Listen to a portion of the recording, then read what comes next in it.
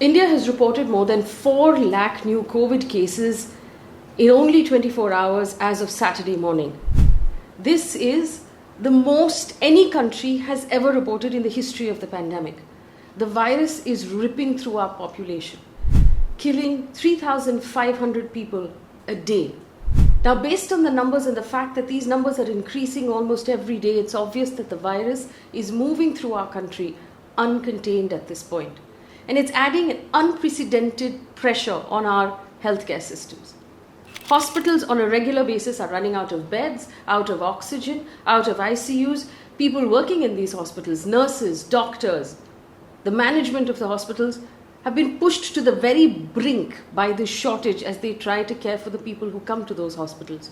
On a regular basis, every few hours, there is a hospital putting an SOS message for oxygen on Twitter and social media, asking for oxygen in order to be able to keep their patients alive. And these are the lucky patients, the ones who manage to get admission into the hospitals, because scores of others are sitting in parking lots hoping to get admission. Their family members running pillar to post, trying to source oxygen, trying to find beds, begging and pleading to anyone who will listen in order to save their loved ones, in order to preserve the fundamental right to life that our country gives us, the basic right to healthcare that so many people have now been denied. The worst part of the information coming in right now is the information from crematoriums and graveyards that are running out of space and wood. Space where we can say goodbye to our loved ones. India is at war with the virus. That war demands an emergency response. And that emergency response needs to start with information. Along with the shortage of beds and oxygen and medication, there is a massive shortage of communication. In the absence of any sort of real information, citizens are now turning to each other on social media, trying to find ways to keep their loved ones alive for one more day. What we need really right now is to find out how we can access help and who's going to give it to us. We need information. Now, I've worked on a list of questions that ideally we should have the answers to as citizens of this country. We are entitled to these answers. We have the right to these answers. Now, this list has been built with the help of doctors, healthcare workers, and experts, and several healthcare journalists. Now, I want to remind you that this is not a list about accountability for what has happened, although a list on accountability must be made. Those questions must be asked and must be answered. This list is about how we as Indian citizens are going to find our way out of this living hell. To begin with, our response needs to be threefold.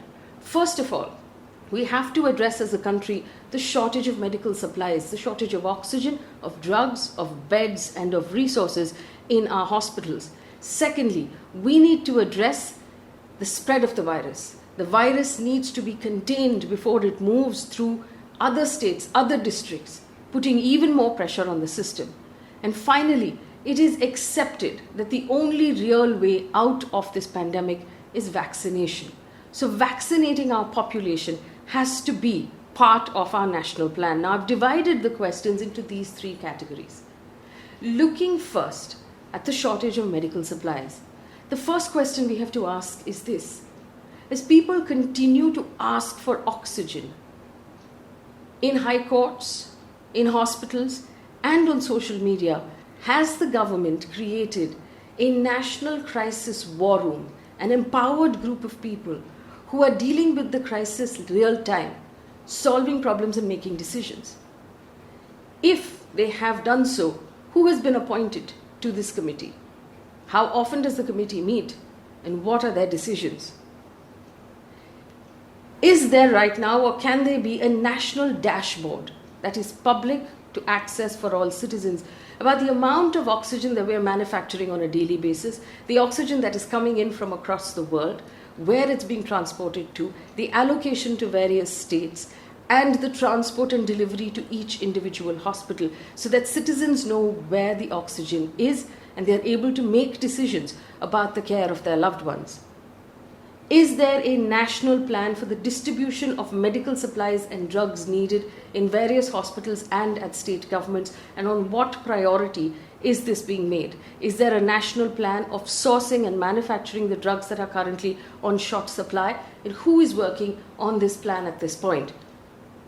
Have state governments been given instructions on how to manage these shortages, on how to handle the pressure that's currently being put on the healthcare system in their respective states? Is there a sharing of intelligence that is happening across different state governments, from those who have had some success to those who are still struggling at the brink of it?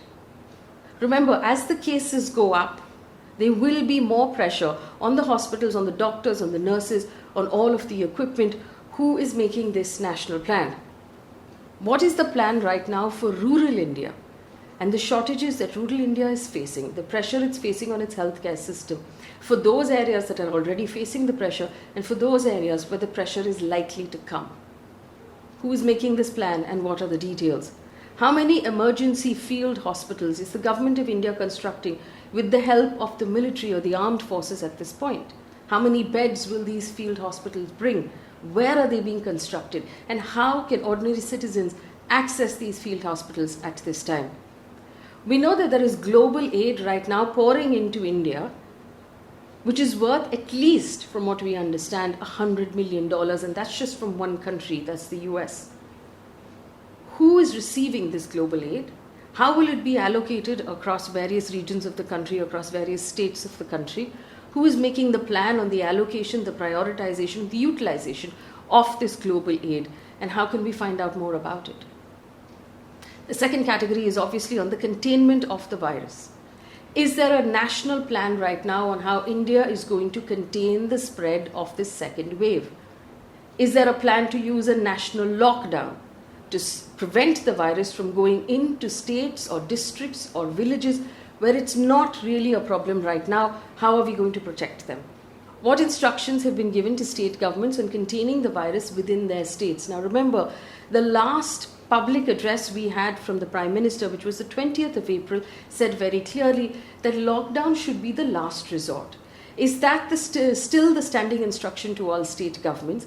And also, is the decision for lockdown, for prevention of movement and for the banning of public gatherings entirely in the hands of our state governments right now?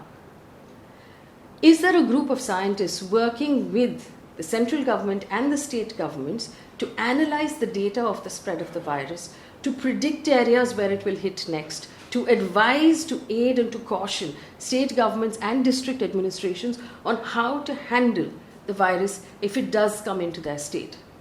Is the government advising and cautioning state governments about misrepresenting or underplaying the data? Now, there have been enough reports in the media about state governments slowing down testing in order to reduce the numbers, of state governments misrepresenting the numbers of the deceased or mortality. Now, this is really important because the data that we collect right now on the mortality, the number of people who've tested, how it has behaved within our population, region to region, is important in our understanding of how the virus is moving and how the virus is hitting people. So, for example, if in a particular state it shows that people with heart problems are worse affected, then it will help us in advising people with heart problems on how to deal with the virus. But if that data is unsound to begin with, then our plans in the future will not be strong.